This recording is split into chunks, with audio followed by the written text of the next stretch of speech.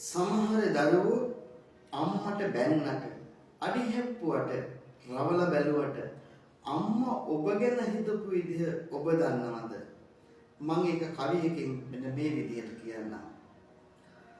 මගේ කුසින් ඔබ මෙලොවට බිහුන දාපුතේ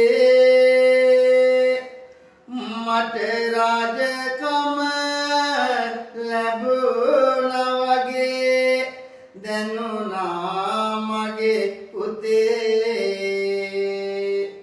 ගතේ තිබුණ වේදනාව නැතිව ගියේ පුතේ කිරි කැටි නුඹේ මූණ දැකපු මොතේදී මගේ පුතේ